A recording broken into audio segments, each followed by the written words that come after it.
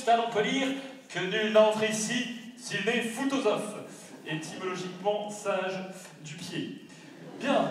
Alors, les deux équipes qui vont s'affronter aujourd'hui sont l'Allemagne et la Grèce. Je vous rappelle qu'en demi-finale, l'Allemagne a battu l'Angleterre, qui avait opté pour une tactique empiriste et pragmatiste, attendant tout simplement que la balle lui tombe dans les pieds. Hume a d'ailleurs persuadé ses coéquipiers qu'il n'était pas cause du mouvement du ballon, ce qui les a rendus totalement amorphes. De toute façon, le but anglais était très mal défendu. Adam Smith espérant qu'une main invisible suffirait à arrêter les buts. Il s'est manifestement trompé, entraînant une crise sans précédent dans les finances de son équipe et de ses supporters qui avaient spéculé sur les résultats du match et tout misé sur une victoire de l'Angleterre.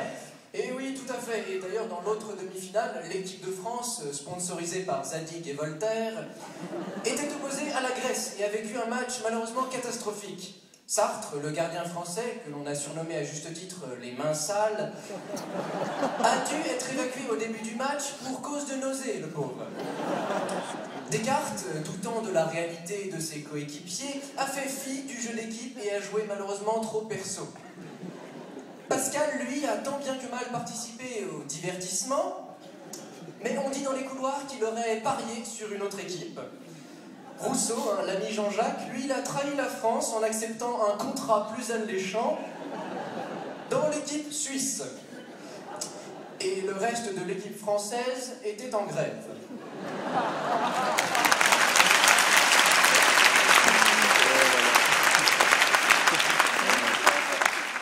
Bergson, en revanche, lui a vainement essayé de faire durer le match au-delà du temps imparti, mais cela n'a pas suffi et donc la France a été éliminée. Et oui, malheureusement, oui.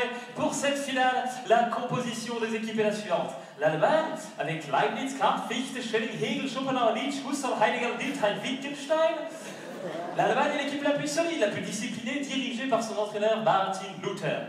Face à elle, l'équipe de Grèce avec Thalès, Pythagore, Héraclite, Parménide, Empédocle, Démocrite, Socrate, Platon, Aristote, le trio d'attaque, Épicure, Archimède, Hippocrate, une équipe certes un peu bordélique, mais composée de beaucoup de personnalités originales. L'équipe de Grèce est menée par un certain Daimon, resté inconnu jusqu'à ce jour. Dans cette équipe grecque, Aristote, l'homme en forme du moment, devra particulièrement être surveillé. Il y a matière à s'inquiéter. D'autant plus qu'il a un physique impressionnant. Néanmoins, l'équipe d'Allemagne reste tout de même favorite. Nous avons cru un instant que cette équipe n'arriverait pas à s'entendre, Hegel tirant systématiquement dans les pattes de Kant. Kant confiait d'ailleurs à la presse qu'il avait beaucoup d'a priori sur son coéquipier. Mais grâce à Luther, la réconciliation a pu être faite. On déplore tout de même, dans cette équipe allemande, l'absence du docteur Freud, dont la rencontre avec Oedipe dans les tribunes a été, dit-on, assez pulsionnelle.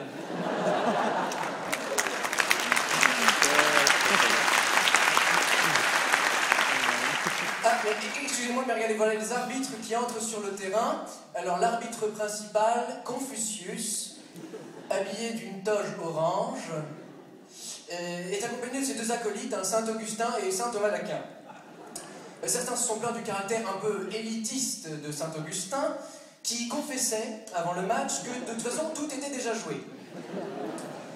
Puisque, d'après ce qu'il a dit, l'Allemagne était prédestinée à la défaite. Alors que Saint Thomas, lui, privilégie beaucoup plus l'indétermination du choix volontaire de chacun. D'ailleurs, Saint Thomas a affirmé qu'un ange pouvait arriver en cours de match et changer tout le cours du jeu. Les arbitres, regardez, vous pouvez le voir, sont suivis des mascottes de chaque équipe.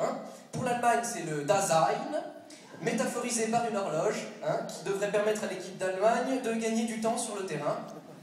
Quant à la Grèce, elle est tout simplement représentée par Hélène, une fille comme les autres, suivie par les garçons de son équipe.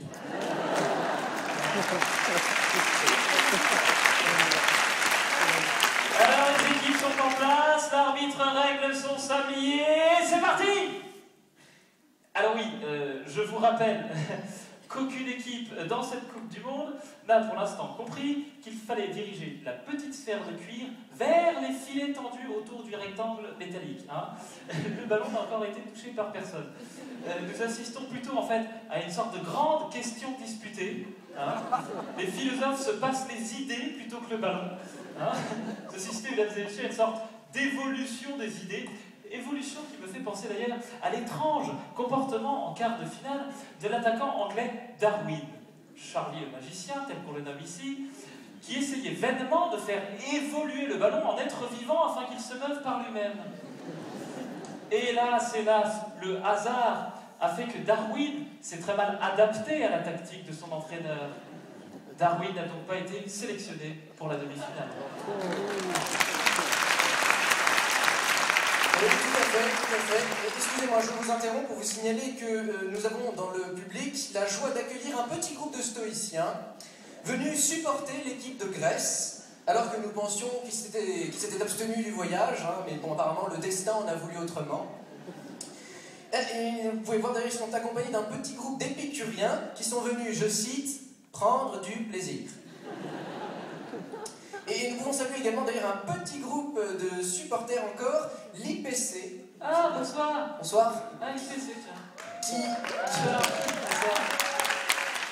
Ce petit groupe de supporters est venu, eux, soutenir l'équipe grecque. Alors, je comprends pas, mais ils clament sans cesse le bisou, le bisou, le bisou, désirant apparemment que l'attaquant Aristote embrasse l'arbitre Saint Thomas.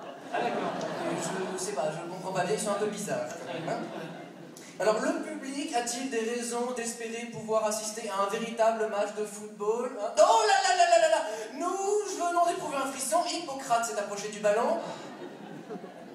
Mais non, apparemment, il n'a pas tapé dedans, il s'est simplement approché pour l'ausculter, affirmant que ce n'était pas un être vivant, au grand désespoir d'Aristote, qui pourtant l'avait vu remuer plusieurs fois. Eh oui, mais ça y est, Confucius siffle la fin de la première mi-temps. Alors nous allons rapidement retrouver notre envoyé